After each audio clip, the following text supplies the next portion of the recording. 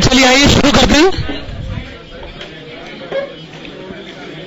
Capital structure theories.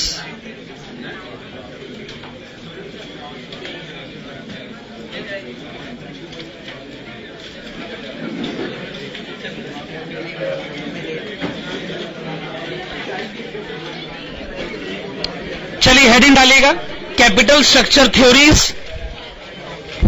और ये कौन से पेज पर है? 78, पेज नंबर 78। Page number 78।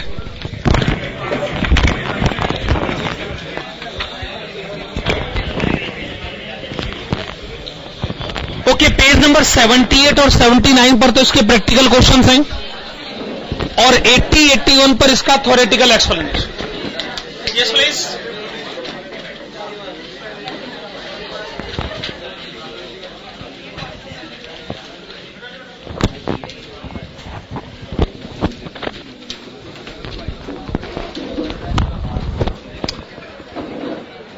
सबसे पहले ये जान लेते हैं कि इस चैप्टर में हमने टोटल कंसेप्ट कितने पढ़ने। उसके लिए एक डायग्राम बनाया जाएगा जो इस चैप्टर के सभी कंसेप्ट्स के बारे में बात करेगा। Capital structure theories.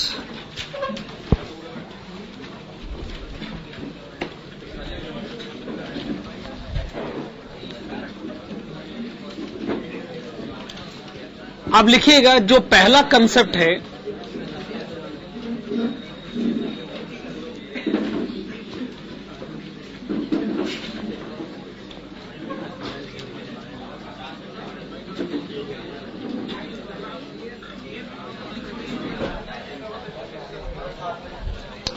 पहला कंसेप्ट लिखिएगा net income approach, popularly known as NI approach. जो पहला कंसेप्ट है वो है net income approach of mister Durant, DURANT। Okay, this is net income approach of mister Durant. इससे रिलेटेड जो क्वेश्चन है, question number 1, question number 2 and question number 3, ये पहला कंसेप्ट है इस चैप्टर का, NI अप्रोच के नाम से। जो दूसरा कंसेप्ट है वो है net operating income.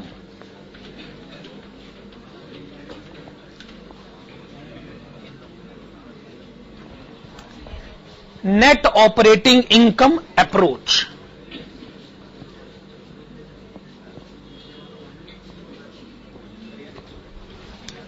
First concept net income approach, second concept net operating income approach. ये जो सेकंड कंसेप्ट है इसमें दो कैटेगरीज आती। जो सेकंड कंसेप्ट है इसमें दो कैटेगरीज। नंबर 1 है वो नेट ऑपरेटिंग इनकम अप्रोच जो कि मिस्टर डूरेंट ने डेवलप करी। इससे रिलेटेड हमारे पास है क्वेश्चन नंबर 4। और एक दूसरी अप्रोच है जिसको डेवलप किया गया है मोदिग्लियानी एंड मिलर ने।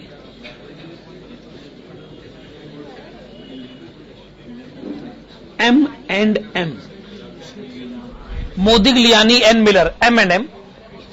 इससे रिलेटेड क्वेश्चन है क्वेश्चन नंबर 5, 6, 7 एंड 8।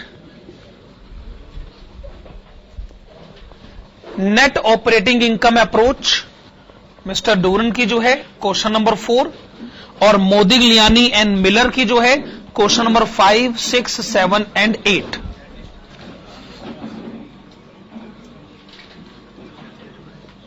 अगला कंसेप्ट है traditional approach.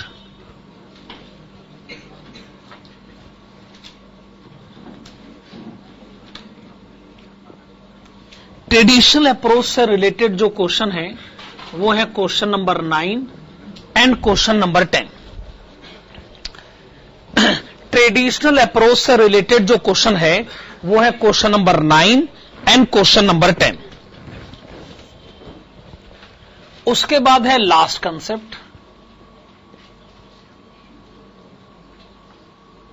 मोदिग्लियानी and Miller approach.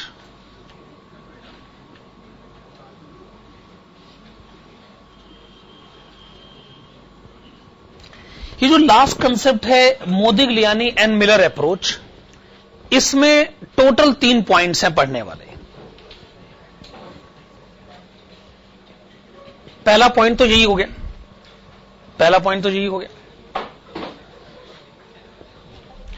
इसका जो दूसरा पॉइंट है वो है आर्बिट्रेज प्रोसेस।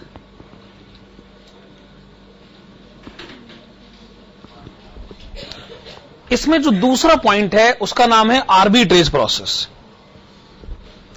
उससे रिलेटेड हमारे पास क्वेश्चन है question number 11 and question number 12। Question number 11 और क्वेश्चन नंबर 12। और जो एकदम आखिरी कंसेप्ट है वो है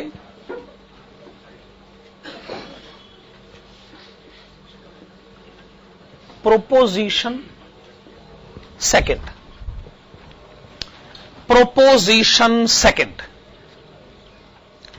प्रोपोजिशन का मतलब है कंक्लूजन।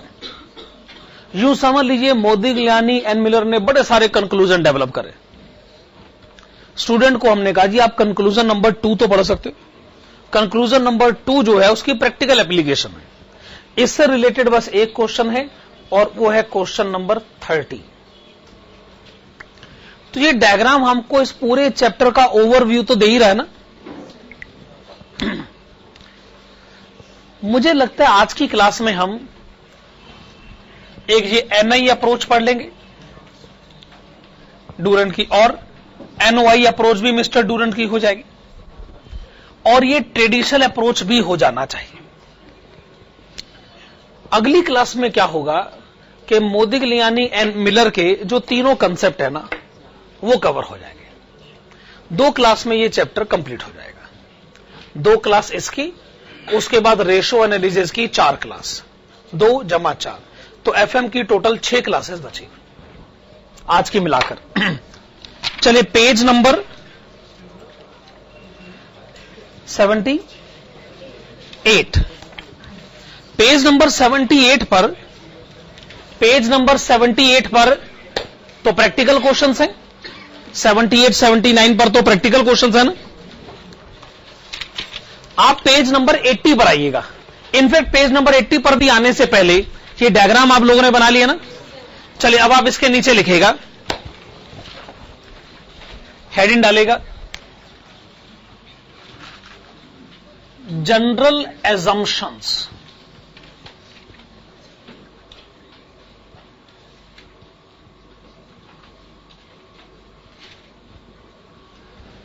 कुछ ऐसी एजम्पशंस लिखते हैं जो हर अप्रोच पर इक्वली एप्लीकेबल होगी।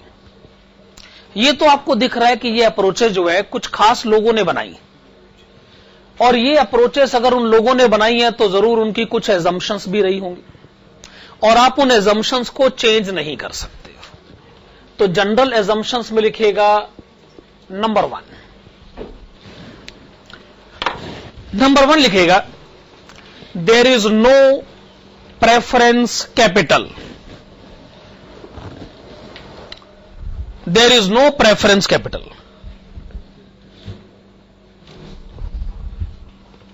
इसका मतलब अगर हम टोटल कैपिटल पर बात करेंगे तो उसमें इक्विटी कैपिटल होगा और डेब्ट कैपिटल होगा।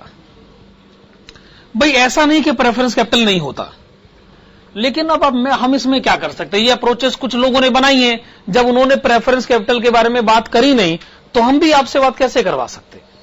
तो प्रेफरेंस कैपिटल इस चैप्टर में कभी नहीं होगा। नंबर 2, दूसरी एजम्पशन लिखेगा tax rate is not to be assumed, आप टैक्स रेट को एज्यूम नहीं करेंगे। अगर किसी क्वेश्चन में टैक्स रेट लिखा है तो अच्छी बात है, पर अगर नहीं लिखा है तो भी अच्छी बात है, फिर आप उसे इग्नोर करिएगा।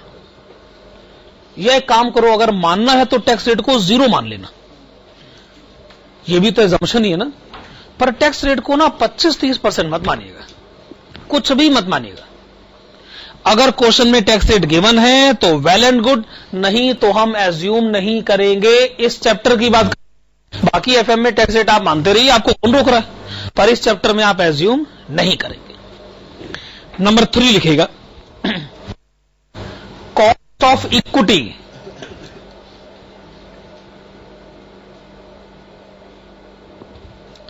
Cost of equity will always be more than, cost of equity will always be more than cost of debt। Preference का नाम तो हम लेंगे ही नहीं। इसका मतलब इक्विटी शेयर होल्डर की एक्सपेक्टेशन सबसे ज्यादा है, या यूं कहें तो सबसे महंगा सोर्स ऑफ फाइनेंस कौन सा है, इक्विटी। बड़ी एक्सपेक्टेशन होती है इसकी। इससे वो तो ये कहता है दे दूंगा, लेकिन मुझे बदले में बहुत ज्यादा अमाउंट मिलेगा ना। पहले इसका लालची आदमी ये बहुत होता है, ये पहले कहता है जी मुझे मेरी ना एक्सपेक्टेशन बहुत ज्यादा है, और डिवेंचर होल्डर की एक्सपेक्टेशन हमेशा सबसे कम होती है। तो एक बात याद रखिए, डेब्ट फाइनेंसिंग यानी दुनिया में सबसे सस्ता source of financing, equity financing यानी सबसे महंगा source of financing. Okay, number 4 लिखेगा। नंबर 4 है overall cost of capital. Overall cost of capital के ब्रैकेट्स में लिखेगा KO। KO का दूसरा नाम WACC। Overall cost of capital will be in between, overall cost of capital will be in between cost of equity and cost of डेप्ट।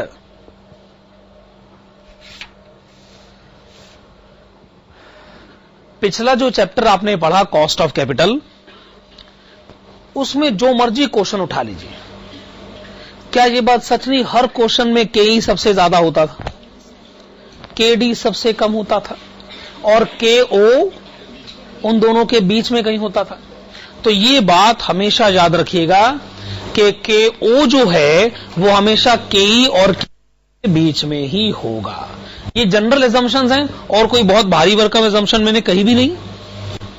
अब आप लिखिएगा concept number 1, heading डालेगा concept number 1।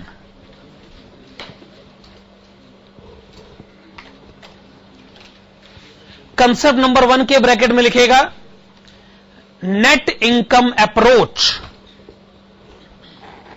Net income approach of mister Durand. Concept number 1 brackets में लिखेगा net income approach of mister Durand, साथ में लिख लीजिएगा question number 1, 2 and 3। Question number 1, 2 and 3। अब आप आइएगा पेज नंबर 80 पर, 80 पर। इस पेज पर सबसे पहला थ्योरेटिकल नोट जो लिखा है उसका नाम क्या है? Net income approach. यही तो हम पढ़ रहे हैं ना इस समय। तो page number 80, net income approach, छोटा सा थ्योरेटिकल नोट है, इसे पढ़ें और पूरा पढ़ें।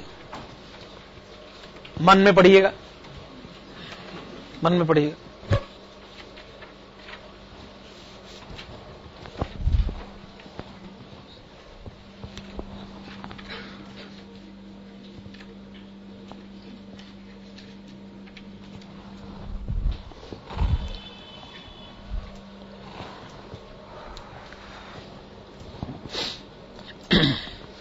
कर लिए।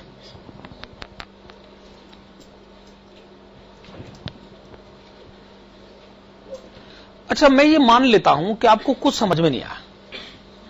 क्या इस एजम्पशन पर मैं पढ़ाना शुरू करूं कि आपने थ्योरेटिकल नोट पढ़ा और कुछ पहले नहीं पढ़ा, क्या लिखा हुआ ये पढ़ा, पता चल गया जी इंग्लिश में कुछ लिखा हुआ है ना, और कुछ पता नहीं चला। मैं इस एजम्पशन से समझाना शुरू करूं? ठीक है, तो फिर आप एक काम करो, आप क्वेश्चन नंबर 1 पर आइए। आप मुझे क्वेश्चन नंबर 1, 2, 3 कराने दो, बिना किसी थ्योरेटिकल बेस के। मेरा दावा है कि उसका एक एक शब्द समझ में आएगा, पर मुझे मेरे हिसाब से अपनी बात को कहने दो। मैं बस आपकी जनरल अंडरस्टैंडिंग को इस्तेमाल करूंगा, ठीक है ना? चलिए, question number 1, page number 78। ABC Limited is expecting EBIT of ₹2 lakh in a year. The company in its capital structure has ₹8 lakh in 10% debentures. The cost of equity is 12.5%. You are required to calculate the value of firm according to NI approach. Also compute the overall cost of capital. तो जैसा मैंने कहा कि बस general understanding है और कुछ नहीं। आप सबसे पहले लिखेगा EBIT।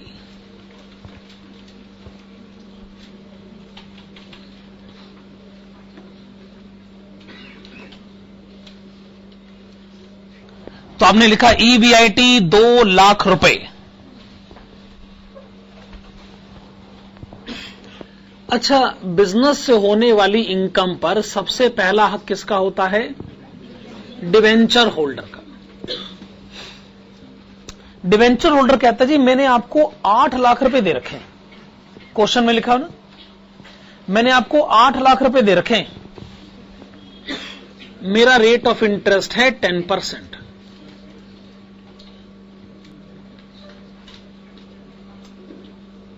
हमने कहा ठीक है, इसका मतलब हम इस बिजनेस से जितना भी कमाएंगे उस कमाई पर सबसे पहला हक आपका होगा, और आपका हक तय किया गया 80,000 रुपए। इसका मतलब कमाई में से पहले 80,000 डिवेंचर होल्डर के। क्या ये बात सही? बाकी बचा 1,20,000। होना तो ये चाहिए EBT। फिर आप इसमें से टैक्स माइनस करेंगे, टैक्स रेट क्वेश्चन में है नहीं, तो आप टैक्स रेट को क्या मानेंगे? 0। इसका मतलब यही EBT होगा, यही EAT होगा, और after tax income equity share holders में बांटी जा सकती है ना, यानी 1,20,000 इक्विटी शेयर होल्डर्स की जेब में। तो तय हुआ कि 2 लाख में से 80,000 डिवेंचर होल्डर के और 1,20,000 इक्विटी शेयर होल्डर का। 1,20,000 के सामने लिखेगा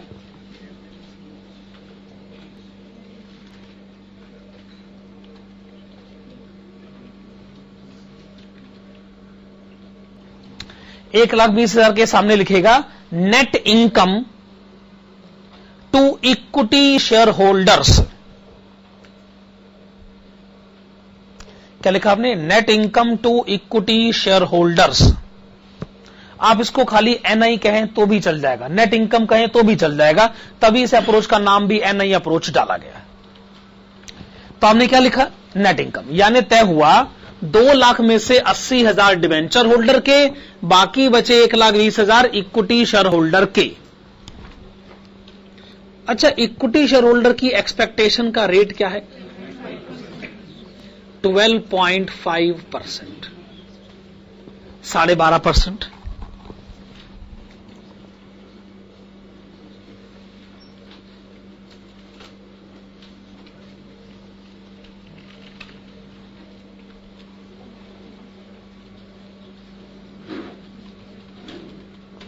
तो हमने क्या लिखा?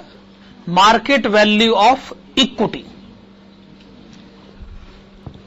अब क्या करिएगा, ये जो आपने नेट इनकम कैलकुलेट करा ना, आप इसको केई से डिवाइड कर दो। ये जो 1,20,000 है ना, आप इसको 12.5% से डिवाइड कर दो। 9,60,000, 9,60,000। वैसे ये क्या बात हुई भला, हम नेट इनकम को कॉस्ट ऑफ इक्विटी से क्यों डिवाइड करें? इससे डिवाइड करके इसकी मार्केट वैल्यू कैसे आ सकती? तो सुनिएगा जरा। मान लीजिए एक आदमी ने बैंक में कुछ रुपए जमा कराए, बैंक ने उसको 10,000 रुपए का इंटरेस्ट दिया। बैंक ने उसको 10,000 रुपए का इंटरेस्ट दिया। बैंक ने उसे 10% इंटरेस्ट दिया। बताइए आपने बैंक में कितने रुपए जमा कराए थे? कैसे पता लगाया? Okay, 10,000 divided by 10%। हम 10,000 कमाते, हम 10% कमाते, तो 10,000 को 10% से डिवाइड करोगे तो 1 लाख आंसर आ ही जाएगा।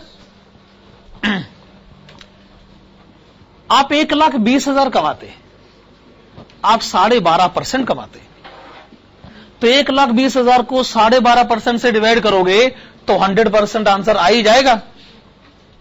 इसका मतलब इस कंपनी के सभी इक्विटी शेयर बाजार में मिल रहे हैं 9,60,000 के। अगर आप 9,60,000 पे इन्वेस्ट कर दें, आपको हर साल 1,20,000 मिलेगा। दूसरे शब्दों में आपको हर साल 12.5% मिलेगा। क्या यह फार्मूला सही है?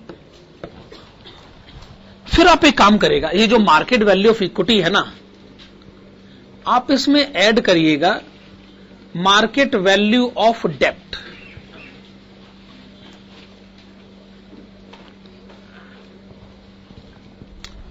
वैसे मुझे लगता नहीं कि डेब्ट की मार्केट वैल्यू मैं पता कर सकता हूं। हालांकि हम कॉस्ट ऑफ कैपिटल के एक क्वेश्चन में इस बात पे अच्छा खासा डिस्कशन कर चुके हैं कि डिवेंचर की मार्केट प्राइस क्यों फ्लक्चुएट करती, पर वो इस क्वेश्चन का सब्जेक्ट मैटर ऑफ डिस्कशन नहीं। आप मुझे डिवेंचर की बुक वैल्यू बता दे, मैं उसे मार्केट वैल्यू मान लूंगा।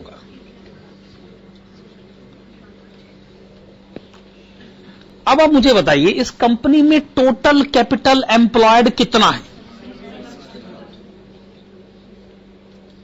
17,60,000। ये 17,60,000 क्या है? फिर से बताइए। टोटल कैपिटल एम्प्लॉयड, जिसका मतलब है इक्विटी कैपिटल प्लस डेब्ट कैपिटल। इस चैप्टर में कैपिटल एम्प्लॉयड को एक खास नाम दिया गया। अब वो नाम क्यों दिया गया है, हालांकि मैं खुद एग्री नहीं करता हूं इस बात से, लेकिन जो है सो है, मार्केट वैल्यू ऑफ फर्म।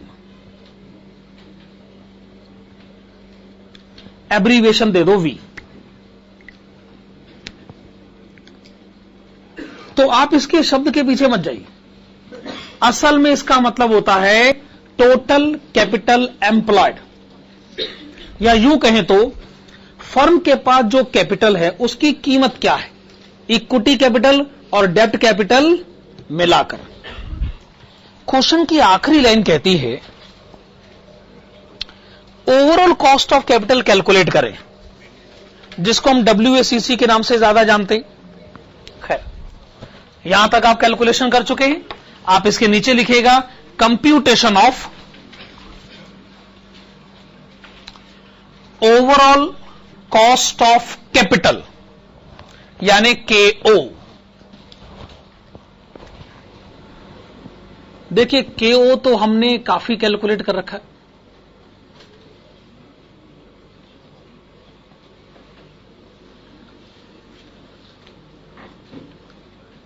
तो आप उसके लिए रेलिवेंट कॉलम्स बना लें।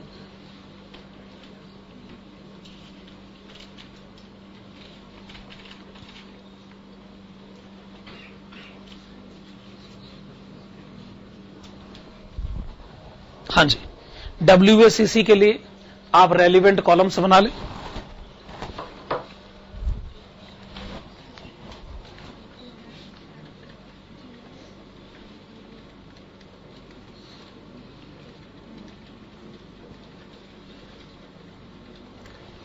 देखिए इक्विटी की मार्केट वैल्यू है 9,60,000 रुपए,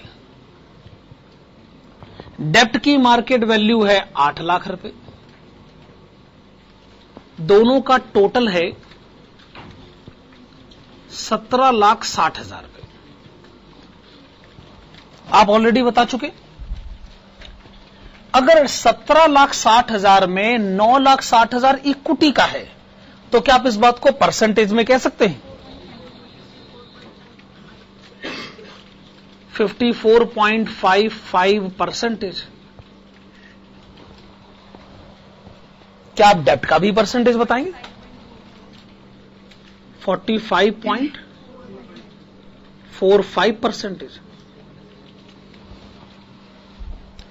इक्विटी शेयर होल्डर की एक्सपेक्टेशन आप यहां से पिक करिए 12.5%। डिवेंचर होल्डर की एक्सपेक्टेशन है 10%।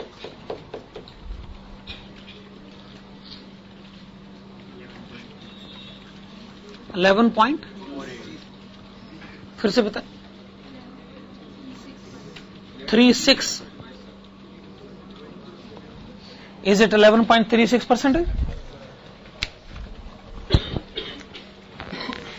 आपका ऑब्जर्वेशन कहता है कि इक्विटी शेयर होल्डर की एक्सपेक्टेशन सबसे ज्यादा है, डिवेंचर होल्डर की सबसे कम है, और कंपनी को खुद कमाना पड़ेगा इन बिटवीन कॉस्ट ऑफ इक्विटी और कॉस्ट ऑफ डेप्ट के बीच में।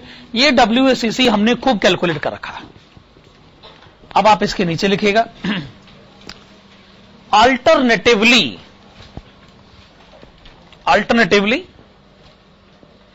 Comma following formula may also be adopted. Alternatively, following formula may also be adopted.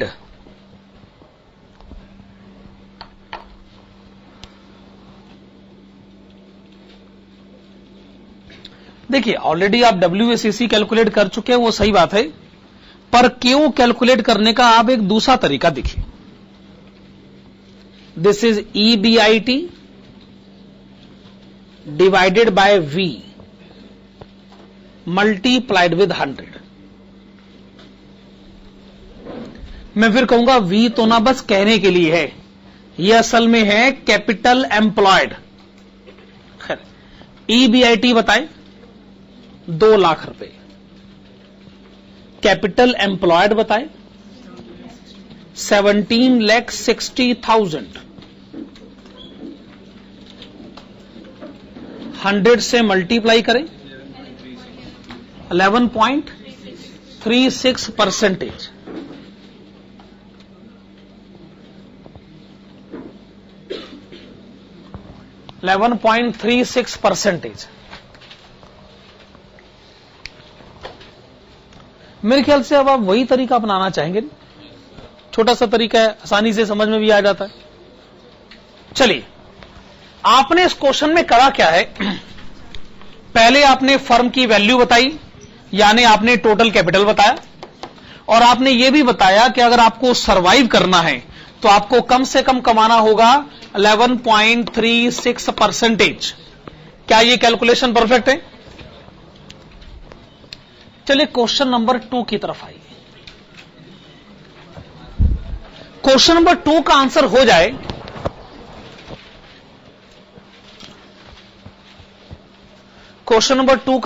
जाए तो हम नेट इनकम अप्रोच को थ्योरेटिकली डिस्कस कर लेंगे।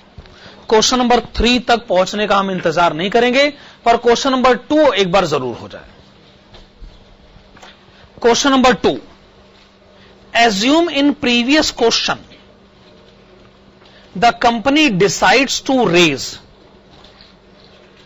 ₹2 lakh by way of issue of debentures and use the proceeds thereof to redeem equity shares. You are required to calculate the value of firm according to NI approach. Also calculate overall cost of capital. देखिए, हम इस question का answer सिर्फ mathematically नहीं देना चाहते भैया, अब हमें कंसेप्ट को समझना है। आखिरकार नेट इनकम अप्रोच नाम का एक कंसेप्ट पढ़ाया जा रहा है जिसके बारे में हम कुछ जानने की कोशिश ही नहीं कर रहे, बस क्वेश्चन का आंसर दे दिया। ये तो जी हमारा ऑब्जेक्टिव नहीं।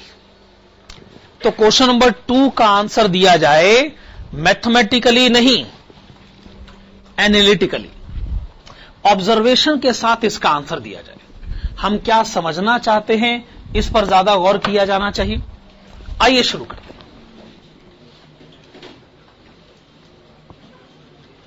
फिर से लिखिएगा EBIT, वही अमाउंट 2 लाख रुपए।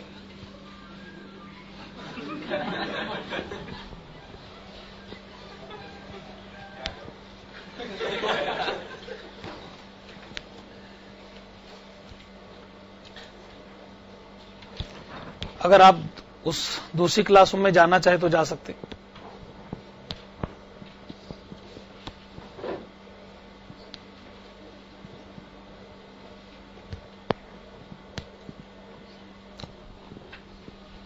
Okay, EBIT rupees 2 lakh.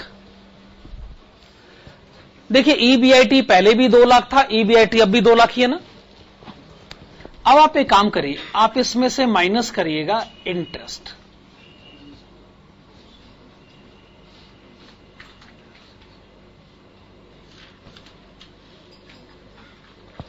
अच्छा, आपके पास डिवेंचर्स पहले कितने के थे?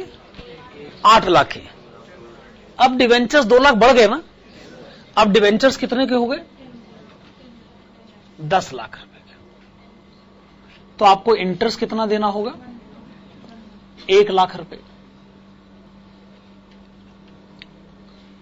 तो बदले हुए हालात में क्या हुआ कि 2 लाख में से डिवेंचर होल्डर को मिलेंगे 1 लाख रुपए, बाकी कितने रुपए बच गए?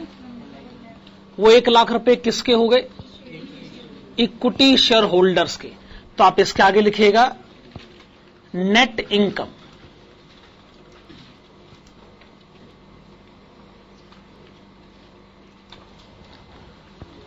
सिस्टम यह है कि 2 लाख में से 1 लाख डिवेंचर होल्डर का और 1 लाख इक्विटी शेयर होल्डर का। अच्छा, इक्विटी शेयर होल्डर की expectation 12.5%।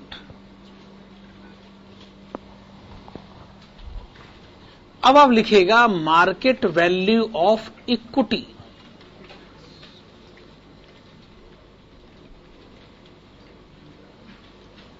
Market value of equity जानने के लिए फॉर्मूला लगाइएगा NI divided by KE। This is rupees 8 lakhs, 8 lakh रुपए। मार्केट वैल्यू ऑफ इक्विटी में आप ऐड करिएगा मार्केट वैल्यू ऑफ डेब्ट।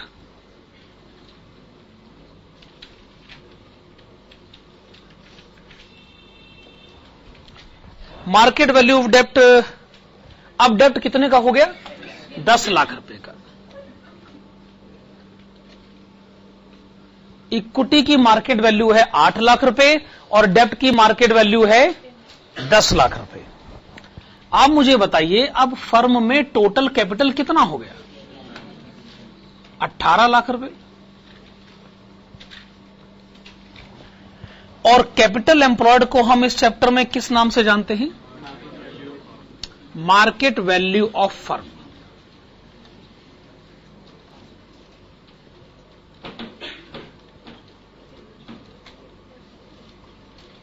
V।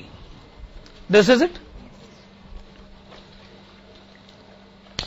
मैं जानना चाहता हूं कि हमने ऐसा क्या बड़ा काम कर दिया है कि जो फर्म की वैल्यू पहले 17,60,000 थी वो 18 लाख हो गई। हुआ ये है कि आपने एक आदमी को बुलाया है, उससे आपने कुछ रुपए लिए, उन रुपयों आपने किसी दूसरे आदमी को देकर कहा कि तुम यहां से बाहर निकल जाओ। इसका मतलब आपने प्लस किया है और आपने माइनस किया। आपने बुलाया उस आदमी को है जिसकी एक्सपेक्टेशन है सिर्फ 10%। आपने निकाला उस आदमी को है जिसकी एक्सपेक्टेशन है 12.5%। तो घर में एक आदमी आ जाए जो साधु किस्म का हो, और उस आदमी को आप बाहर निकाल दो जो शैतान किस्म का हो। इससे फर्म की वैल्यू, घर की कीमत पर एक पॉजिटिव इंपैक्ट पड़ना चाहिए। 10% वाला आदमी आ जाए, 12.5% की एक्सपेक्टेशन वाला निकल जाए, इसका मतलब फर्म की वैल्यू बढ़ाई जा सकती है कैपिटल में डेप्ट को बढ़ाकर। अच्छा, अब मैं कैलकुलेट करना चाहूंगा केओ। आप केओ का फॉर्मूला लिखेगा EBIT divided by V multiplied with 100। EBIT है 2 लाख रुपए, V यानी टोटल कैपिटल एम्प्लॉयड वो है 18 लाख रुपए। 100 से मल्टीप्लाई करें 11.11%।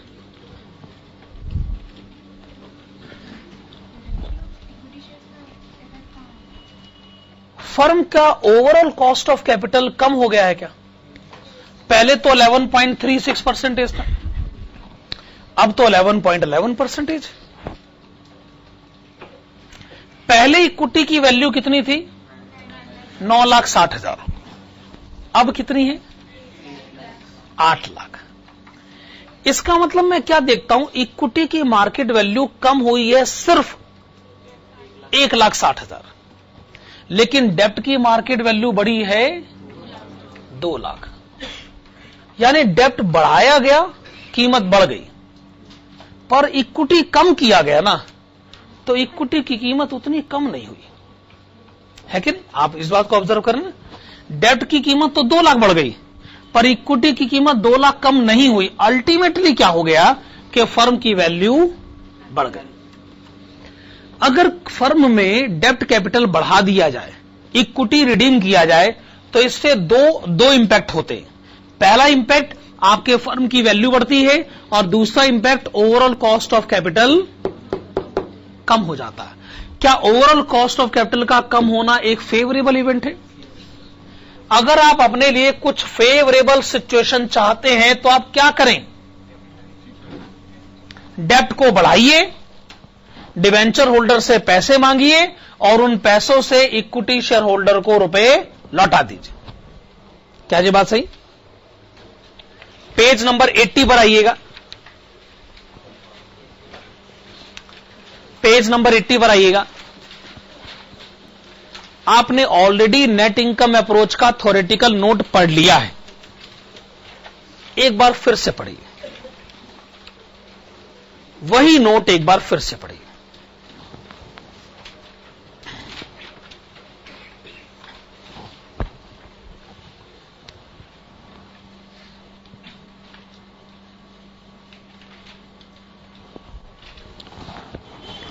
क्या अब आपको यह नोट समझ में आ रहा है? नोट में सिर्फ यह कहा गया है कि अगर आपको किसी फर्म की वैल्यू बढ़ानी है, या आपको किसी फर्म का ओवरऑल कॉस्ट ऑफ कैपिटल कम करना है, तो उसका बड़ा सीधा सा तरीका होता है कि आप डेप्ट को बढ़ा दीजिए, इक्विटी को कम कर दीजिए। ठीक है ना? अच्छा, अगर आपको किसी फर्म के लिए कुछ बुरा करना है तो आप क्या करोगे? इक्विटी बढ़ा दो, उस आदमी को ले आओ जिसकी बड़ी एक्सपेक्टेशन है, और उसको बाहर निकाल दो जिसकी थोड़ी सी एक्सपेक्टेशन। क्वेश्चन नंबर 3 में ऐसा ही होगा। Suppose in question number 1 the company decides to raise ₹2 lakh by way of issue of equity shares and use the proceeds thereof to redeem debentures. Calculate the value of firm under NI approach and also calculate overall cost of capital. वही concept एकदम। आइए answer इसका शुरू करते हैं। लिखेगा EBIT 2 lakh.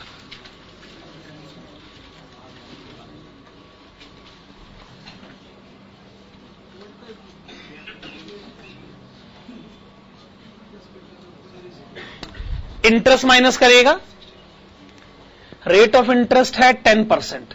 अब आप मुझे बताएंगे अब डिबेंचर्स कितने के हो गए? 6 लाख रुपए। पुराने डिबेंचर 8 लाख के थे, 2 लाख के डिबेंचर रिडीम हो गए, अब डिबेंचर्स हैं 6 लाख रुपए के, उस पे 10% इंटरेस्ट कितना हुआ?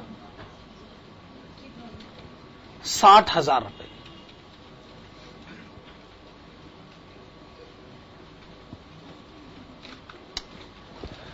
$1,40,000 क्या है? Net income to equity share holders. 1,40,000 है net income to equity share holders. Cost of equity बताया जाए 12.5%।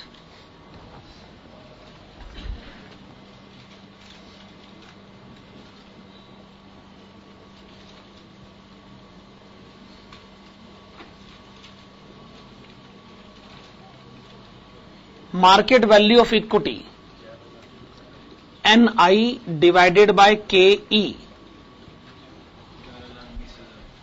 आपने बताया 11,20,000 रुपए। 11,20,000 रुपए। इसमें आप ऐड करें मार्केट वैल्यू ऑफ डेप्ट। डेप्ट की मार्केट वैल्यू कितनी लिखी जाए? 6 लाख रुपए। दोनों का टोटल बताइए। 17,20,000 रुपए। और हमने इसका शक पहले से जाहिर कर दिया था कि आपके फर्म की वैल्यू गिर सकती है।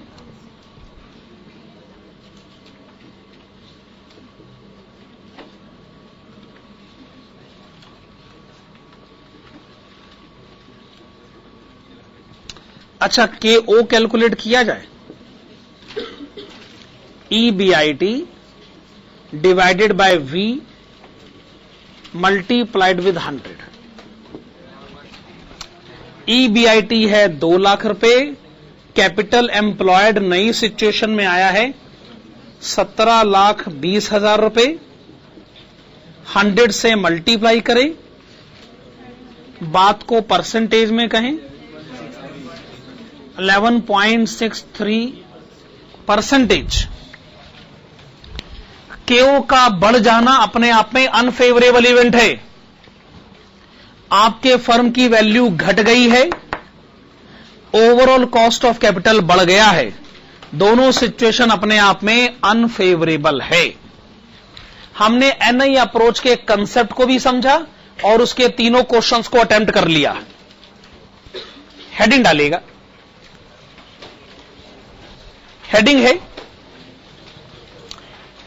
Identification mark. हेडिंग डालेगा identification mark of NI approach. Identification mark of NI approach. देखिए, अभी हमने सिर्फ एक ही अप्रोच पढ़ी, अभी और भी बड़ी सारी अप्रोचेस आनी। बाद में थोड़ा कंफ्यूजन हो सकता है कि कौन सी अप्रोच का कौन सा क्वेश्चन है। इन तीनों क्वेश्चंस में तो उन्होंने खुद ही कह दिया compute value of firm according to NI approach. हो सकता है क्वेश्चन इन शब्दों को सीधा इस्तेमाल ना करे। हम किसी क्वेश्चन को पहचानेंगे कैसे कि वो NI अप्रोच का क्वेश्चन है, इसलिए आइडेंटिफिकेशन मार्क लिखा जाए।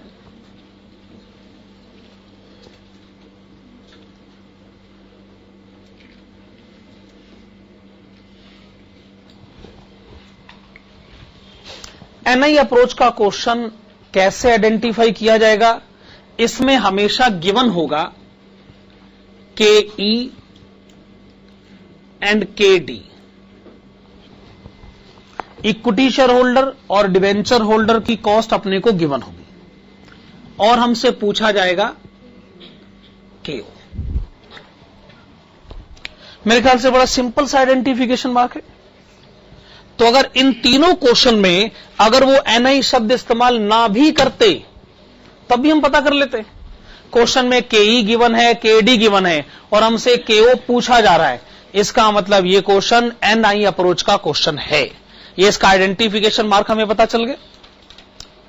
अगली हेडिंग डालेगा, ये है graphical representation of NI approach. Graphical representation of NI approach. हम इस समय एनआई अप्रोच पढ़ रहे हैं, हम अब इसका ग्राफिकल रिप्रेजेंटेशन समझ लेते हैं। बड़ा सिंपल सा ग्राफ है इसका।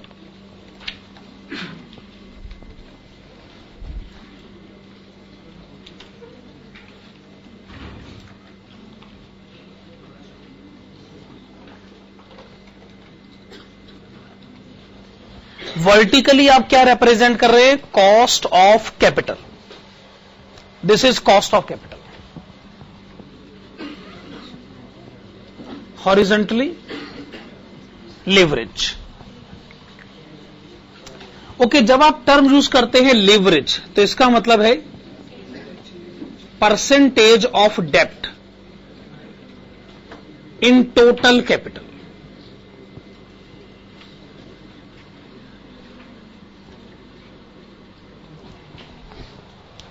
लिवरेज के ब्रैकेट में आपने क्या लिखा? परसेंटेज ऑफ डेप्ट इन टोटल कैपिटल। आइए इस बात को समझते हैं। जब आप कहते हो जीरो, इसका मतलब टोटल कैपिटल में डेप्ट जीरो। अगर डेप्ट जीरो है तो इक्विटी कितना हुआ? 100%। प्रेफरेंस तो हो नहीं सकता। अच्छा, अगर ये 10% है, यानी डेप्ट 10%, इक्विटी 90%। अगर ये 70% है, इसका मतलब डेप्ट 70% और इक्विटी 30%। बात समझ में आ रही है? तो ये क्या है कि टोटल कैपिटल में डेप्ट कितना है।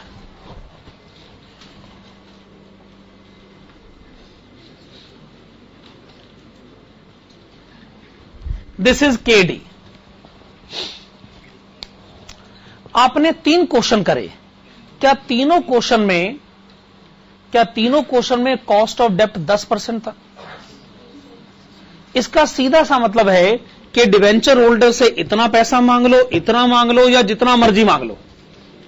वो कहते जी मैं पैसे देने को तैयार बैठा हूं, मुझे क्या चाहिए? 10%, यानी मुझे एक फिक्स्ड रेट चाहिए।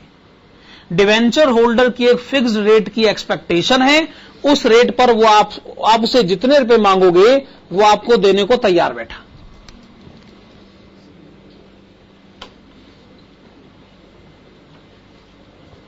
केई और केई केडी से ज्यादा है। जैसे इस क्वेश्चन में, तीनों क्वेश्चन में केई कितना था? 12.5% था ना। इसका मतलब इक्विटी शेयर होल्डर से जितना पैसा मांगोगे मिल जाएगा, पर उसकी एक्सपेक्टेशन है 12.5% हर समय।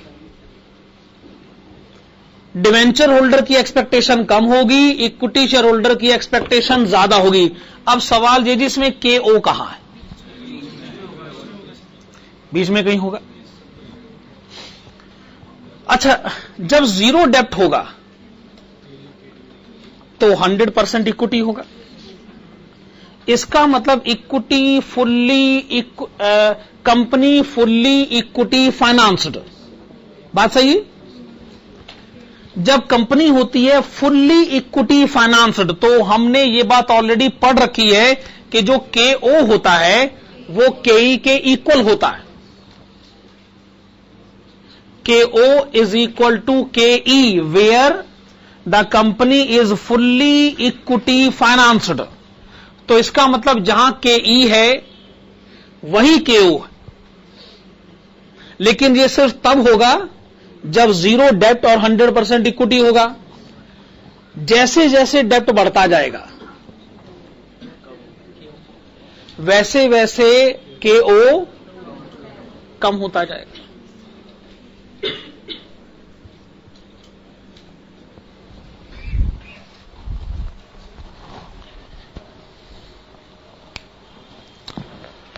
क्या मुझे केओ को कम करते करते के डी के इक्वल कर देना चाहिए?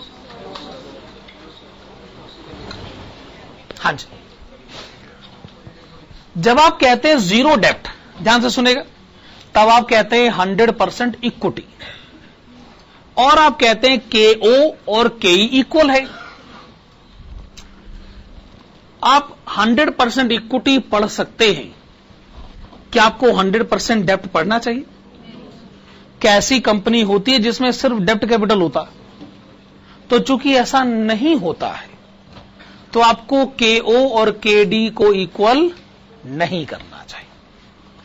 ये इक्वल हो सकता है, ये दोनों इक्वल नहीं होने चाहिए। मेरे ख्याल से पॉइंट अपने आप में वैलिड है। तो आप क्या देख रहे हैं? कॉस्ट ऑफ इक्विटी सबसे ज्यादा है, ध्यान से सुनेगा, सबसे ज्यादा है और हमेशा फिक्स्ड है। KD सबसे कम है और हमेशा फिक्स्ड है। KO इन दोनों के बीच में है लेकिन फिक्स्ड नहीं। जैसे जैसे डेप्ट फाइनेंसिंग बढ़ती है वैसे वैसे KO का इंपैक्ट जो है वो कम होता चला जाता है। कंसेप्ट नंबर 1 पूरी तरह कंप्लीट हुआ। हमने NI अप्रोच पढ़ा, थ्योरेटिकली भी, तीनों प्रैक्टिकल क्वेश्चन, आइडेंटिफिकेशन मार्क और आखिर में ग्राफिकल रिप्रेजेंटेशन। हेडिंग डालेगा कंसेप्ट नंबर 2। कंसेप्ट नंबर 2 के ब्रैकेट में लिखेगा NOI अप्रोच। कंसेप्ट नंबर 2 के ब्रैकेट में लिखेगा NOI approach of mister Durand. NOI approach of mister Durand, इससे रिलेटेड एक ही प्रैक्टिकल क्वेश्चन है और वो है question number 4। Okay, NOI approach of mister Durand practical question, question number 4 लिखिएगा आइडेंटिफिकेशन मार्क। अब हमें पता चल गया कि सबसे इंपॉर्टेंट इंफॉर्मेशन यही होती है। आइडेंटिफिकेशन मार्क सबसे इंपॉर्टेंट इंफॉर्मेशन मानी जानी चाहिए। हम क्वेश्चन को कैसे पहचानेंगे कि कौन सा क्वेश्चन किस अप्रोच से रिलेटेड है? इसका आइडेंटिफिकेशन मार्क लिखेगा given KD and KO required KE। तो जैसे ही आपको क्वेश्चन में ये सब इंफॉर्मेशन मिल जाए और आपसे KE कैलकुलेट करने को कहा जाए तो आप समझ लीजिए ये NOI अप्रोच का क्वेश्चन है। अच्छा, KD तो आपने देखा दोनों में गिवन होता है, NI में भी NOI में भी। बस हुआ ये है कि वहां पर गिवन था KE, पूछा गया था KO, यहां गिवन होगा KO और पूछा जाएगा KE, बस इतना सा फर्क है। आइए क्वेश्चन नंबर 4 पढ़ते। A company is expecting EBIT of ₹4 lakh and having earning capacity of 10%। ये कंपनी की अर्निंग कैपेसिटी है KO। You are required to find out the value of firm and cost of equity if it employs 8% डेप्ट to the extent of, ये गलती से लिखा है 20%, 20% के बदले लिखेगा 25%, 25%, 35% and 50% of total financial requirement of ₹20 lakhs। ठीक, आइए इस क्वेश्चन का आंसर देते हैं और लिखेगा केस 1।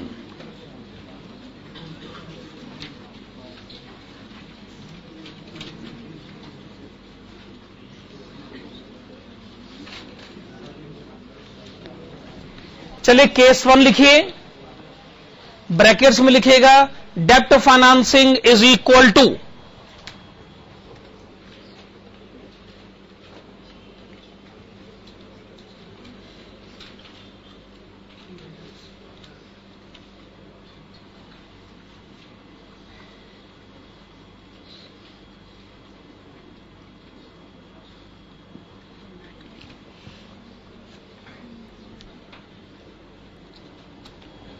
हाँ जी, एक जगह क्वेश्चन कहता है कि हमारी फाइनेंशियल रिक्वायरमेंट है 20 लाख रुपए, हमने सोचा डेप्ट फाइनेंसिंग करवा लेते हैं 25%, 5 लाख। अगर 25% डेप्ट फाइनेंसिंग है तो इक्विटी फाइनेंसिंग होनी चाहिए 75%। 75% कितना हो गया? 15 लाख रुपए। तो डेप्ट फाइनेंसिंग 5 लाख रुपए, इक्विटी फाइनेंसिंग 15 लाख रुपए। क्या ये बात सही है? लिखेगा EBIT। क्वेश्चन पढ़िए, बताइए EBIT कितना लिखा जाए, फिर से बताइए। 4 लाख।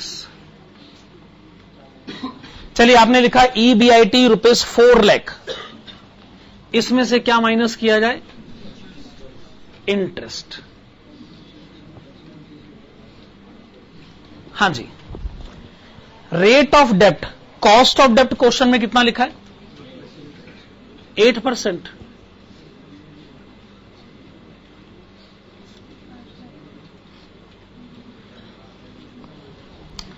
तो आपकी कंपनी में 5 लाख रुपए का डेप्ट कैपिटल है। कितना? 5 लाख रुपए का। डिवेंचर होल्डर कहता है जी मैं आपको 5 लाख देने को तैयार हूं, पर मुझे 8% चाहिए। तो 8% कितना हो गया?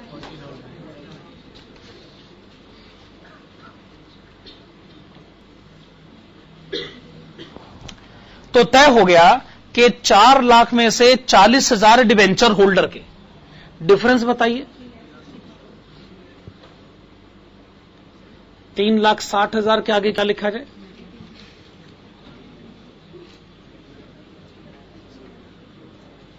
Net income, this is NI। अभी तक की कैलकुलेशन में तो मैं कोई बदलाव नहीं कर रहा हूं ना, ये तो वही सब कुछ है। अभी तक की कैलकुलेशन में मैंने कोई बदलाव नहीं किया है। अच्छा, मुझे आप बताइएगा कि क्वेश्चन में KO कितना गिवन है? 10% गिवन है, अर्निंग कैपेसिटी ऑफ 10%। फिर आप लिखेगा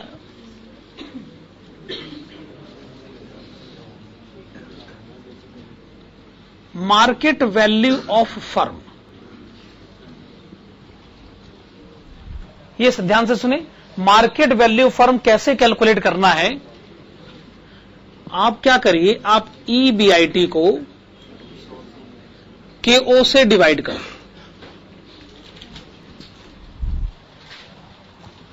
आपने अभी अभी एक फार्मूला पढ़ा है, KO is equal to EBIT divided by V। अभी पिछले 3 क्वेश्चन में आपने फार्मूला अप्लाई करा है। अगर मैं V जानना चाहता हूं तो ये हो जाएगा EBIT divided bye KO। Okay, EBIT ये रहा 4 लाख रुपए, KO 10%। तो आप मुझे फर्म की मार्केट वैल्यू बताएंगे? 40 लाख रुपए। तो आपने फर्म की मार्केट वैल्यू बताई 40 लाख रुपए। आप इसमें से माइनस करिएगा मार्केट वैल्यू ऑफ डेप्ट।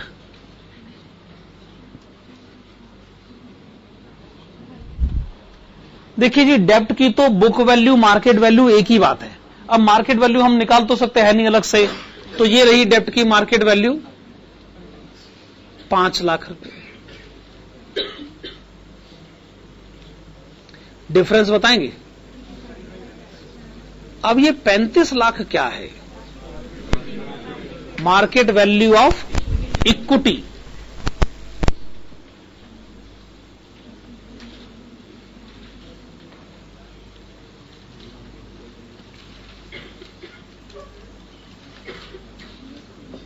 लेकिन एक पोजीशन क्लियर कर लें, आप अभी तो कह रहे थे कि 20 लाख में से 5 लाख डेप्ट के और 15 लाख इक्विटी के।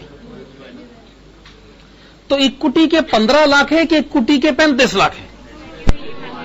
15 लाख उसकी फेस वैल्यू है और 35 लाख उसकी मार्केट वैल्यू है। अच्छा, अब आप लिखेगा KE इज इक्वल टू ये सबसे आसान कैलकुलेशन है। इक्विटी शेयर होल्डर कहता है देखिए मुझे क्या मिलेगा, कंपनी तो 4 लाख कमाएगी, पर उसमें से 40,000 तो डिवेंचर होल्डर का हो गया, हमें क्या मिलेगा? हमने कहा जी आपको मिलेंगे 3,60,000 रुपए।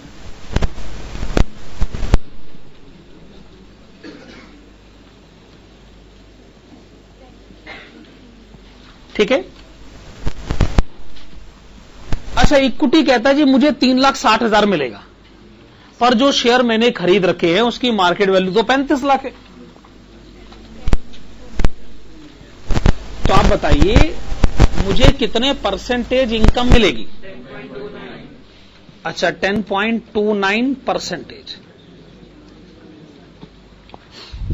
क्या आप ये ऑब्जर्व कर रहे हैं कि KD सबसे कम है 8%, KE सबसे ज्यादा है 10.29% और KO इन बिटवीन है 10%। लिखेगा case 2।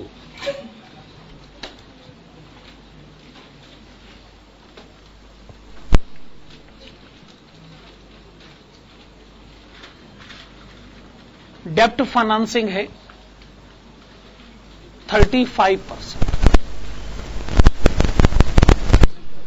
Of ₹20 lakhs is equal to ₹7 lakh।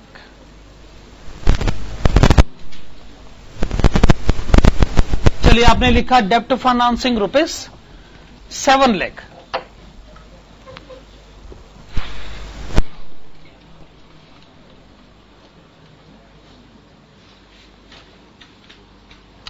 EBIT ये रहा 4 लाख रुपए।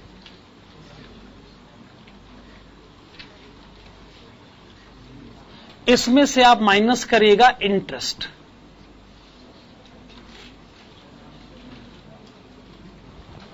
रेट ऑफ इंटरेस्ट है 8%। डेप्ट फाइनेंसिंग का अमाउंट है 7 लाख। तो 7 लाख में से 7 लाख का 8% कितना हुआ?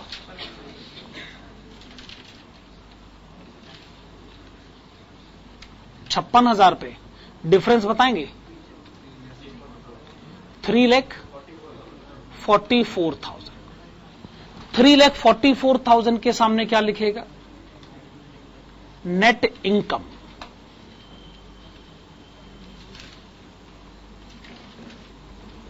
This is net income. अब इक्विटी शेयर होल्डर्स को मिलेंगे 3,44,000। फिर आप लिखेगा KO, दिस इज 10%। आइए कैलकुलेट करें मार्केट वैल्यू ऑफ फर्म।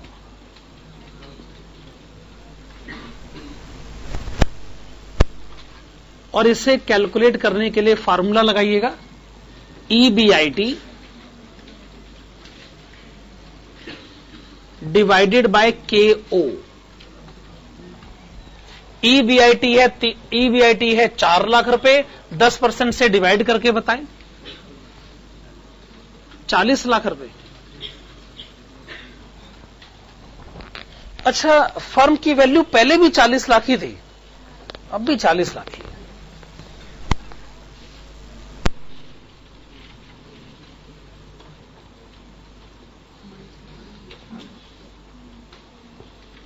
आप इसमें से माइनस करिएगा मार्केट वैल्यू ऑफ डेप्ट। आप बुक वैल्यू बता दीजिए, हम वही मान लेंगे। 7 लाख। डिफरेंस बताएंगे? 33 lakhs। 33 lakhs के आगे क्या लिखा जाए? Market value of equity.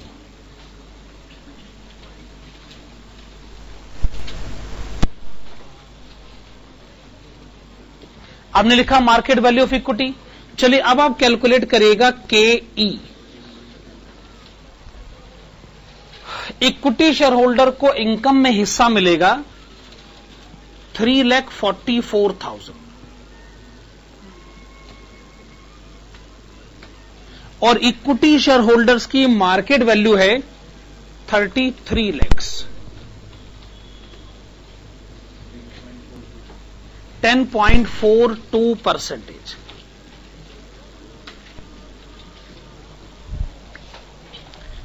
पहली बात, अब फिर से साबित हुआ कि कॉस्ट ऑफ इक्विटी सबसे ज्यादा है।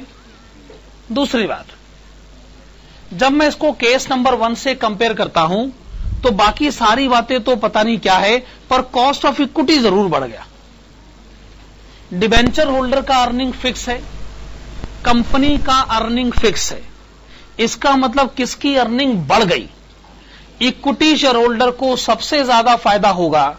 अगर कंपनी ने डेप्ट बढ़ाया तो इसका ultimate advantage equity share holder का ही होगा, क्योंकि उसकी अर्निंग का परसेंटेज बढ़ जाएगा। जहां पिछली अप्रोच में कॉस्ट ऑफ इक्विटी को फिक्स्ड रखा जाता था और ओवरऑल कॉस्ट ऑफ कैपिटल को वेरी करवाया जाता था, इस अप्रोच में क्या हो रहा है कि ओवरऑल कॉस्ट ऑफ कैपिटल को फिक्स्ड रखा जा रहा है और कॉस्ट ऑफ इक्विटी को वेरी करवाया जा रहा है। और यह भी साबित हो रहा है कि जैसे जैसे डेप्ट बढ़ेगा वैसे वैसे कॉस्ट ऑफ इक्विटी भी बढ़ जाएगा। अब आप लिखेगा केस 3। केस 3 में लिखेगा डेप्ट financing is equal to 50% of 20 lakhs, that is 10 lakhs। चलिए केस 3 लिखेगा डेप्ट financing is equal to 50% of 20 lakhs, that is 10 lakh।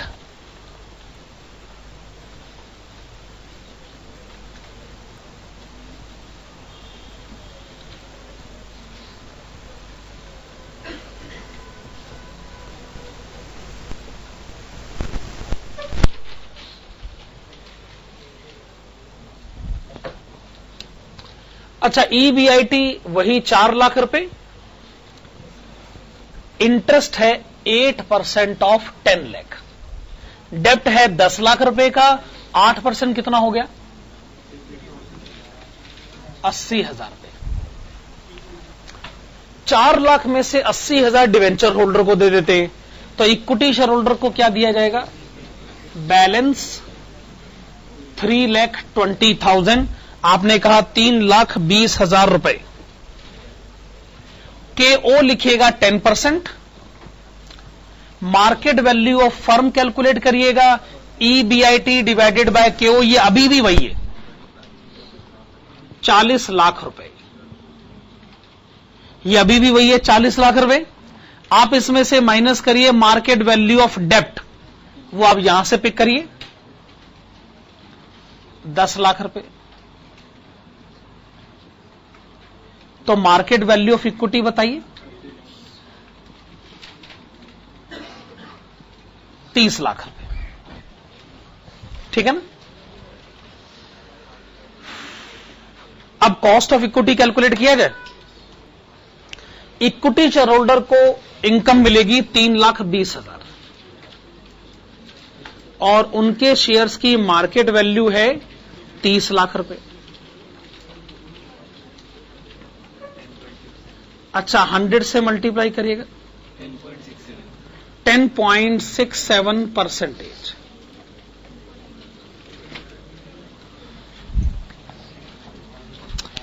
एक बार फिर से साबित हुआ, आप केस 1 से 2 पर आए, 2 से 3 पर आए, आपका डेप्ट बढ़ता चला गया।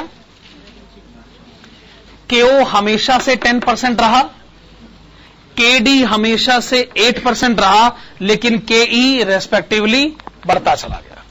तो जैसे जैसे डेप्ट बढ़ता जाएगा वैसे वैसे इक्विटी शेयर होल्डर की अर्निंग का परसेंटेज भी बढ़ता जाएगा। केस क्वेश्चन नंबर 4 के तीनों केसेस हो गए। हेडिंग डालिएगा ग्राफिकल रिप्रेजेंटेशन ऑफ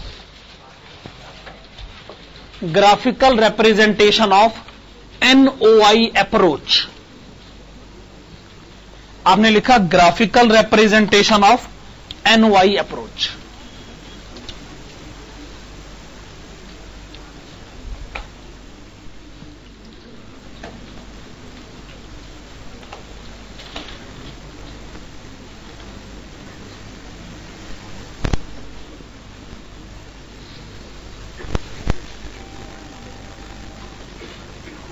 हाँ जी, आप फिर से ग्राफ बना ले। आपको करना यह कि आपने इस क्वेश्चन के जो तीनों केसेस में जो कुछ भी समझा है, आपको अपनी उसी नॉलेज को अप्लाई करना है, बस कोई बहुत ज्यादा मुश्किल काम नहीं। आपने समझा यह है कि जो के डी है वो सबसे कम होता है और वो फिक्स्ड होता। जैसे तीनों केसेस में कॉस्ट ऑफ डेब्ट था 8%, और आपने समझा यह है कि जो के ओ है वो भी फिक्स्ड होता। तीनों केसेस में के ओ था 10%। वेरिएबल कौन सा हुआ? के ई। जब जीरो डेप्ट होगा, 100% इक्विटी होगा, तो के ई के ओ के इक्वल होगा, और जैसे जैसे डेप्ट बढ़ता जाएगा वैसे वैसे के ई बढ़ता भी जाएगा। शुरू में के ई के ओ के इक्वल होगा, जैसे जैसे डेप्ट बढ़ता जाएगा वैसे वैसे के ई भी इंक्रीज करता जाएगा। आप देखिए के ई सबसे ज्यादा है, के डी सबसे कम है, के ओ इन बिटवीन है। आप केस 1 से 2 पर आए, के ई बढ़ गया, केस 2 से केस 3 में आए, के ई फिर बढ़ गया, तो हमेशा के ई बढ़ता जाएगा। इससे सिंपल ग्राफ और क्या बन सकता? सीधा सा तो पॉइंट है। खैर, कंसेप्ट नंबर 3 की हेडिंग डालिएगा। कंसेप्ट नंबर 3 हेडिंग है ट्रेडिशनल अप्रोच।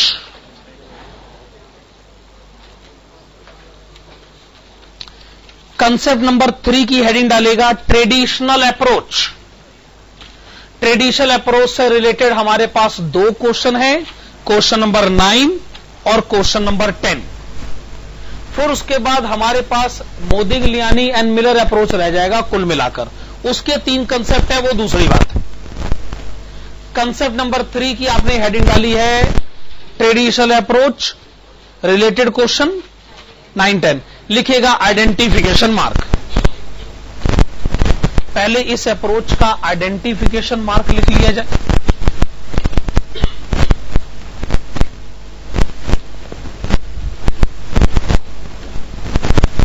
आइडेंटिफिकेशन मार्क में लिखेगा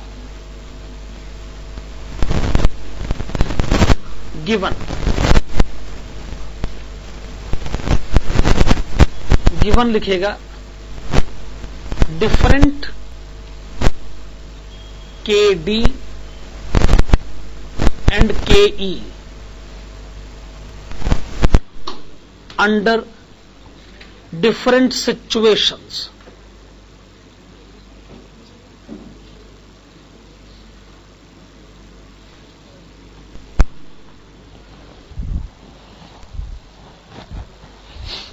हां जी, आप क्वेश्चन नंबर 1, 2, 3 में जाएंगे। क्वेश्चन नंबर 1 में जाइए। क्वेश्चन नंबर 1 में के ई कितना था? 12.5%। के डी कितना था? 10%। क्वेश्चन नंबर 2 में के ई कितना था? के डी। क्वेश्चन नंबर 3 में इसका मतलब क्वेश्चन नंबर 1, 2, 3 में यानी एनआई अप्रोच में के ई और के डी गिवन है और कांस्टेंट है। गिवन है और कांस्टेंट है।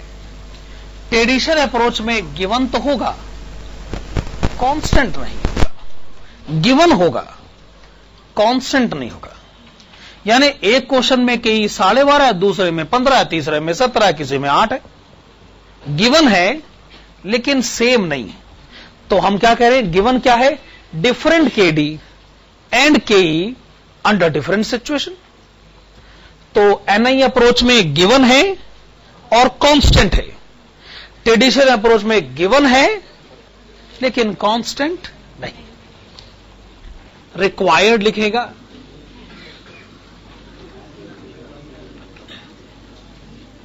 के ओ under each situation.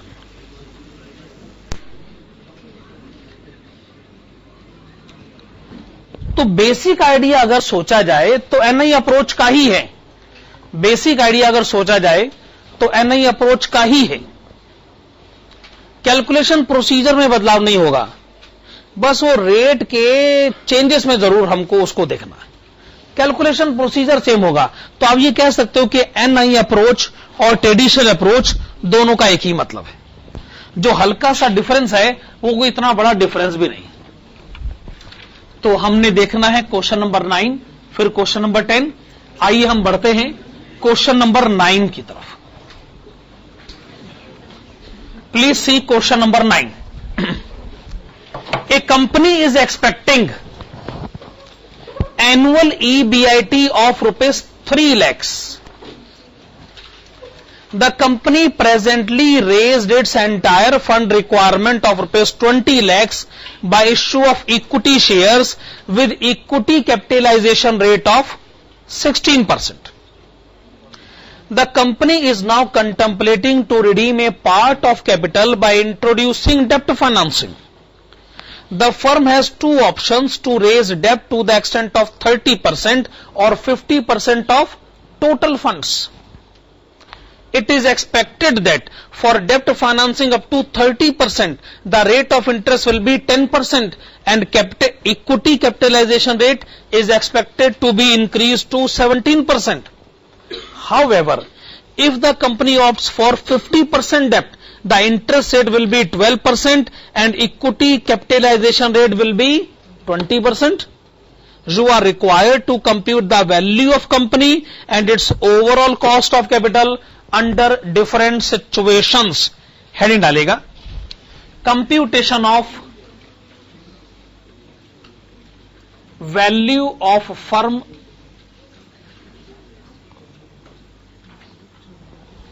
computation of value of firm and KO. Computation of value of firm and KO under different situations.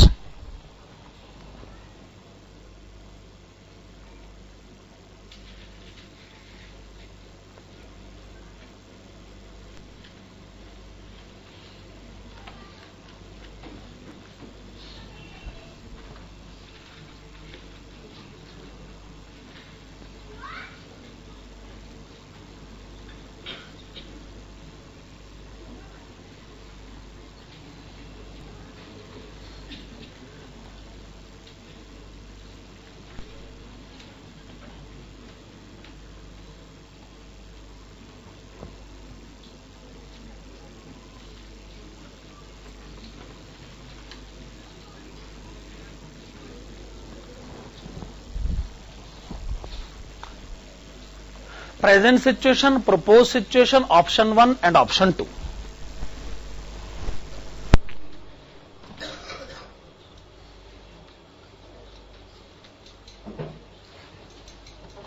हाँ जी,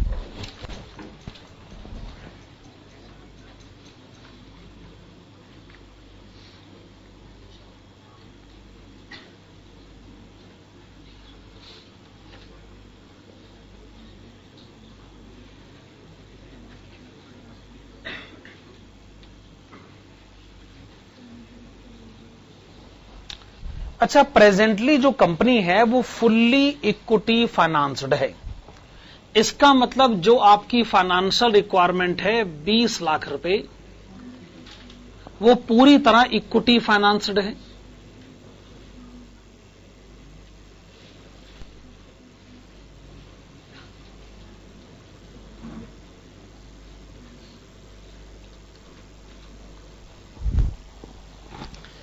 कंपनी ये चाहती है या तो 30% डेप्ट आ जाए या 50% डेप्ट आ जाए। ऑप्शन 1 ऑप्शन 2 इसी कंटेक्स्ट में है, और जितना पैसा है उतने से इक्विटी रिडीम कर देंगे। आपकी फाइनेंशियल रिक्वायरमेंट तो 20 लाख रुपए है ही। अगर आपको 30% डेप्ट चाहिए, इसका मतलब डेप्ट हो गया 6 लाख रुपए।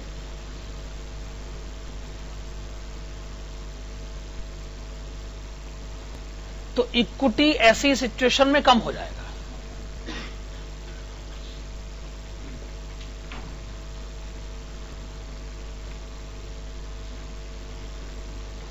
ठीक है ना, 70%। अच्छा, अगर आपने डेब्ट फाइनेंसिंग करा 50%, तो इक्विटी 50% कम हो जाएगी।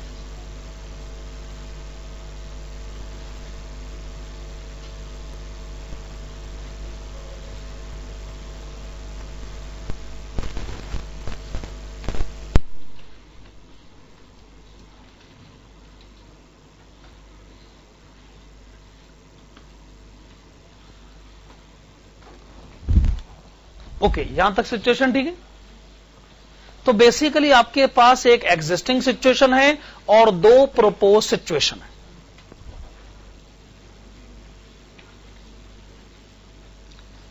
अब ये बताइएगा प्रेजेंटली इक्विटी शेयर होल्डर की एक्सपेक्टेशन कितनी है? अच्छा, 16%। प्रेजेंटली तो डिवेंचर होल्डर आपके पास है ही नहीं। अगर आप 30% डेब्ट फाइनेंसिंग करवाओगे तो बताइए उसका रेट ऑफ इंटरेस्ट क्वेश्चन में कितना लिखा है? 10%। और इक्विटी शेयर होल्डर की एक्सपेक्टेशन 17%। अगर आप ऑप्शन 2 में जाओगे, 50% डेब्ट होगा, 50% इक्विटी होगा, तो केई 20%, केडी, तो आपका ऑब्जर्वेशन है कि केडी केई गिवन है लेकिन कांस्टेंट नहीं। ठीक है ना? अब मुझे बताइएगा क्वेश्चन में ईबीआईटी कितना दे रखा है? फिर से बताइए। 3 लाख रुपए।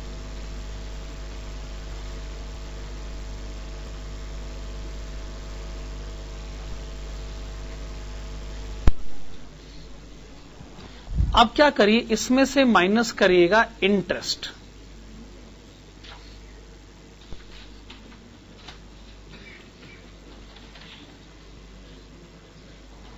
इंटरेस्ट माइनस करके जो डिफरेंस आएगा ना, वो डिफरेंस है नेट इनकम एनआई।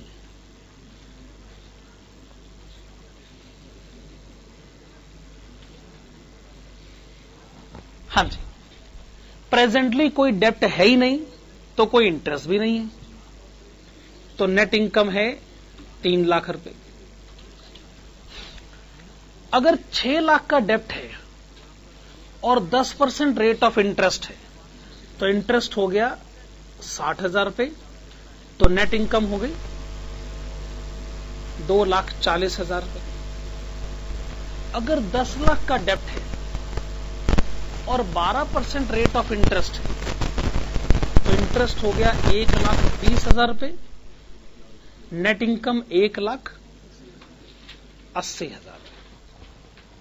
ठीक है, आइए कैलकुलेट करते हैं market value of equity.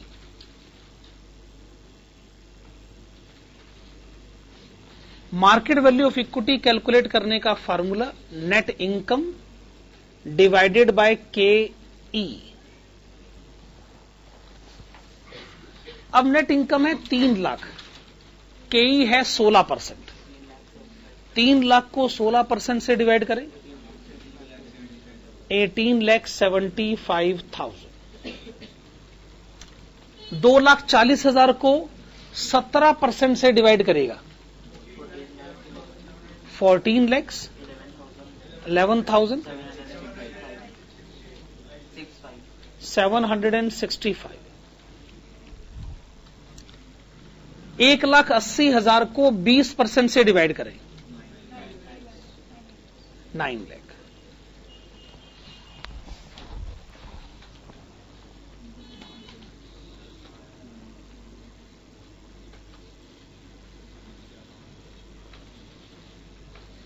Add करिएगा मार्केट वैल्यू ऑफ डेब्ट।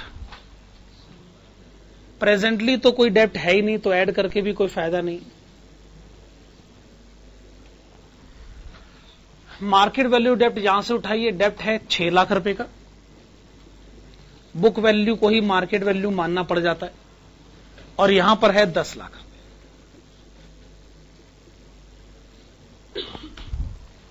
दोनों को ऐड करके आपको पता चलेगा market value of firm.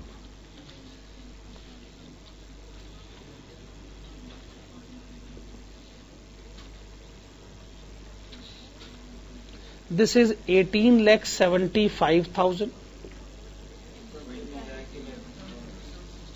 20,11,765 and 19 lakhs।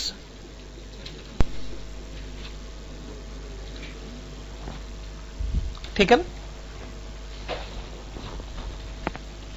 अच्छा, लास्ट में हम कैलकुलेट करना चाहेंगे KO। फार्मूला है EBIT divided by V multiplied with 100।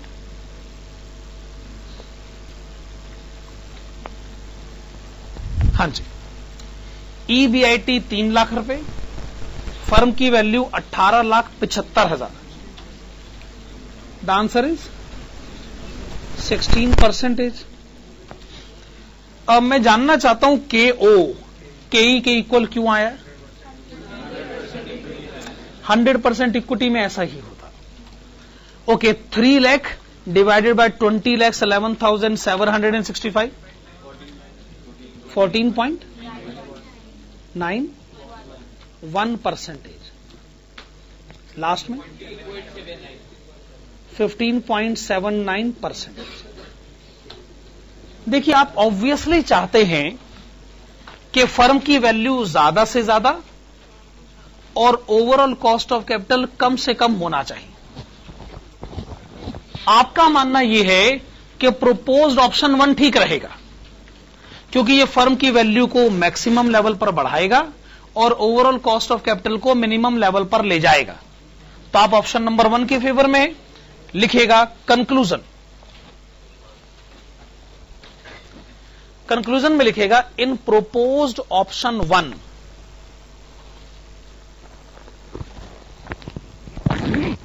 In proposed option 1 the value of the firm in proposed option 1 the value of the firm is at maximum level and overall cost of capital यानी KO and KO is at minimum level. Full stop. Hence, it is advised to arrange 30% debt financing, 30% debt financing in the total capital structure. 30% debt financing in the total capital structure.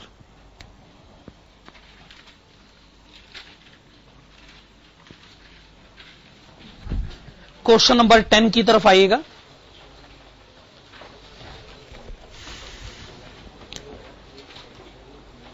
A company's current EBIT are rupees 4 lakhs. Company's current EBIT are rupees 4 lakh. The firm currently has 10% debt of rupees 15 lakhs, 15 lakh रुपए. The equity capitalization rate is 16%, 16%. Number 1, determine the value of the firm. Second third point बाद में देखेंगे, लिखेगा number 1।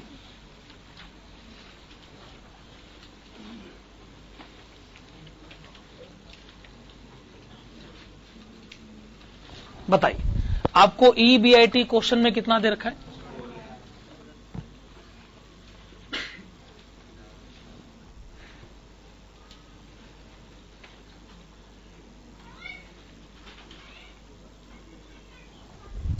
अच्छा, आपके पास डेप्ट कितना है?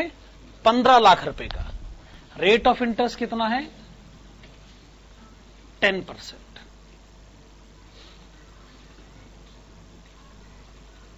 15 लाख का डेप्ट है, रेट ऑफ इंटरेस्ट है 10%। माइनस करिए 1,50,000, डिफरेंस बताएंगे। 2,50,000 के आगे क्या लिखे?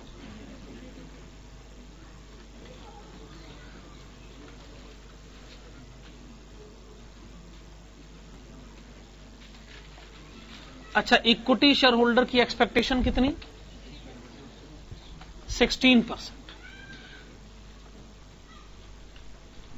आपने लिखा केई 16%। आप लिखिएगा मार्केट वैल्यू ऑफ इक्विटी,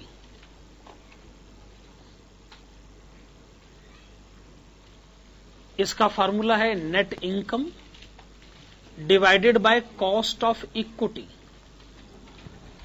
आप 2.5 लाख को 16% से डिवाइड करें, 15 लाख 62,500। आप इसमें ऐड करिएगा मार्केट वैल्यू ऑफ डेब्ट।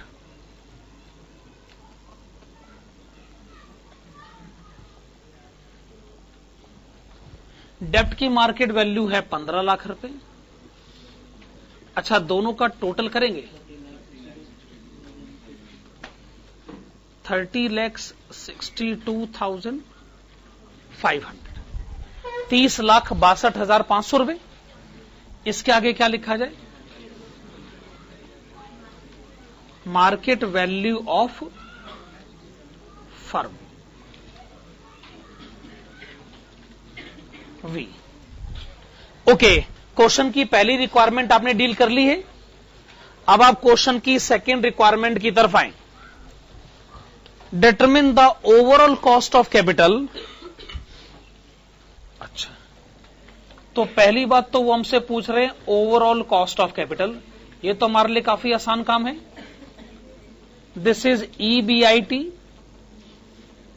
Divided by V multiplied with 100।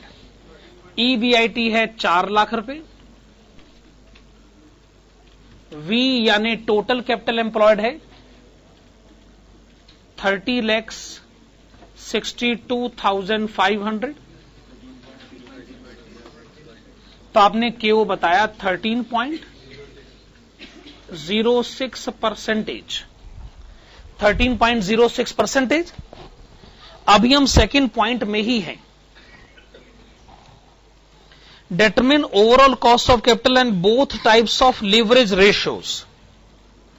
तो क्वेश्चन कहता है कि आप लीवरेज रेशियोज कैलकुलेट करें। लीवरेज रेशियोज क्या होती है ये तो खैर हम अगले चैप्टर में भी पढ़ सकते हैं। यहां पर हमें इसलिए दिक्कत नहीं है क्योंकि क्वेश्चन ने बताया है कि लीवरेज रेशियो का क्या मतलब होता है। पहला उन्होंने कहा है डेप्ट डिवाइडेड बाय इक्विटी। पहला उन्होंने कहा है कि आप डेप्ट डिवाइडेड बाय इक्विटी को सॉल्व करें। क्वेश्चन कहता है आप डेप्ट बाय इक्विटी को सॉल्व करें।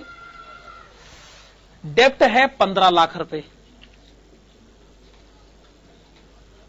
और इक्विटी है 15,62,500 रुपए।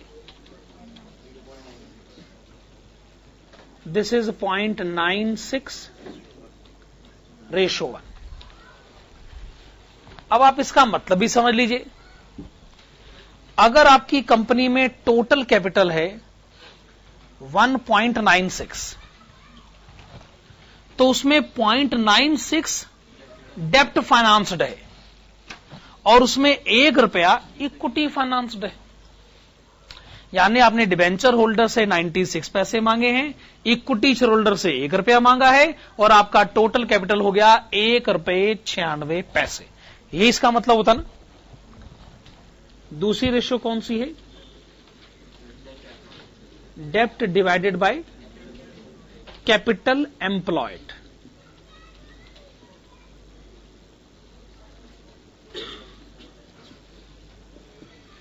डेप्ट कितना है? 15 लाख रुपए। कैपिटल एम्प्लॉयड कितना है?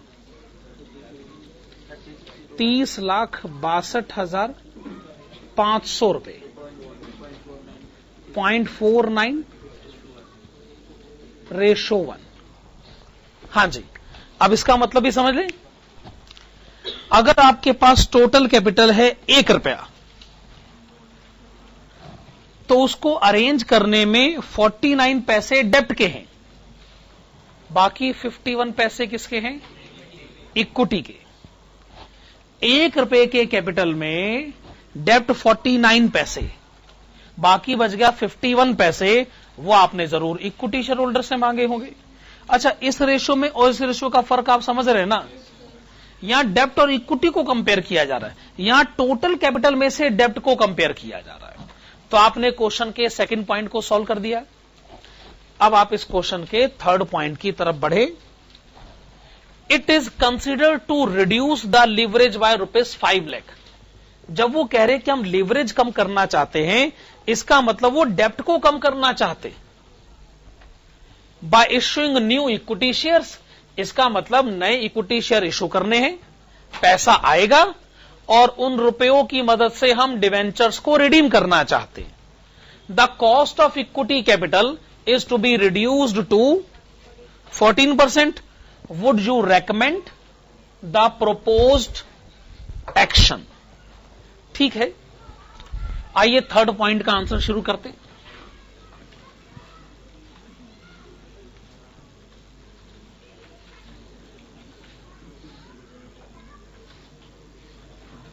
पहले लिखेगा ईबीआईटी। ईबीआईटी आप वही पिक करिए जो कि पहले था, 4 लाख रुपए। आपने ईबीआईटी लिखा 4 लाख रुपए,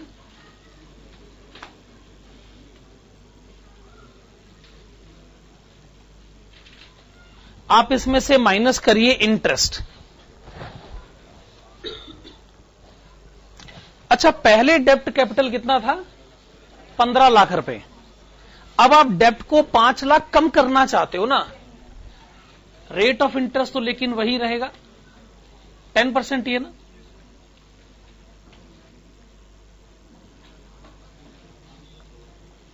अब डेप्ट कैपिटल हो गया 10 लाख रुपए, उसके ऊपर इंटरेस्ट देना है 10%, तो 1 लाख रुपए का इंटरेस्ट दे दीजिए। डिफरेंस कितना हो गया? 3 लाख रुपए के आगे क्या लिखा जाए? Net income. अच्छा, अब इक्विटी शेयर होल्डर की एक्सपेक्टेशन कितनी होगी? 14%।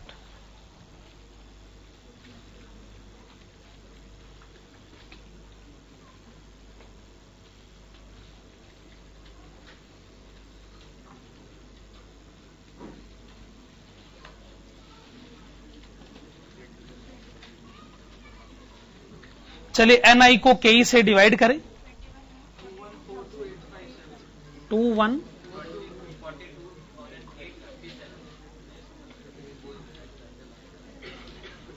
Is it 2142,857?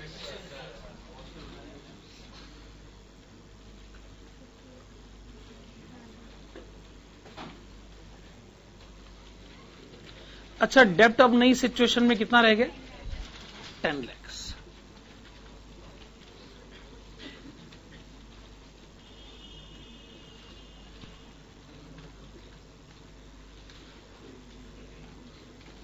$3142,857।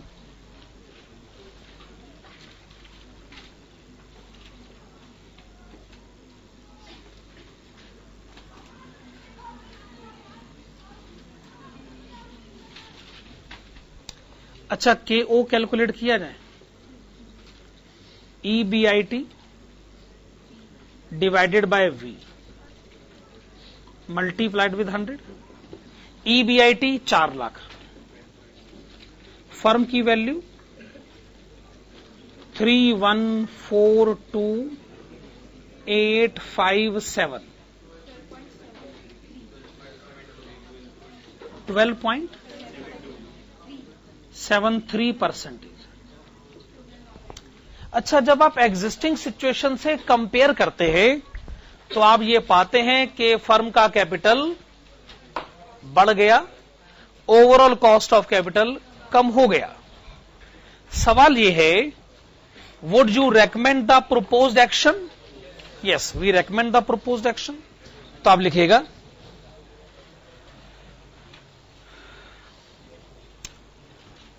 we recommend the proposed action. We recommend the proposed action as the market value of the firm. The market value of the firm will get increased and the overall cost of capital यानी KO will get decreased. ठीक है ना? तो आज हमने 3 concept पढ़ लिए हैं. एफएम की अगली क्लास जब भी होगी उसमें वो 3 कंसेप्ट पढ़ लिए जाएंगे.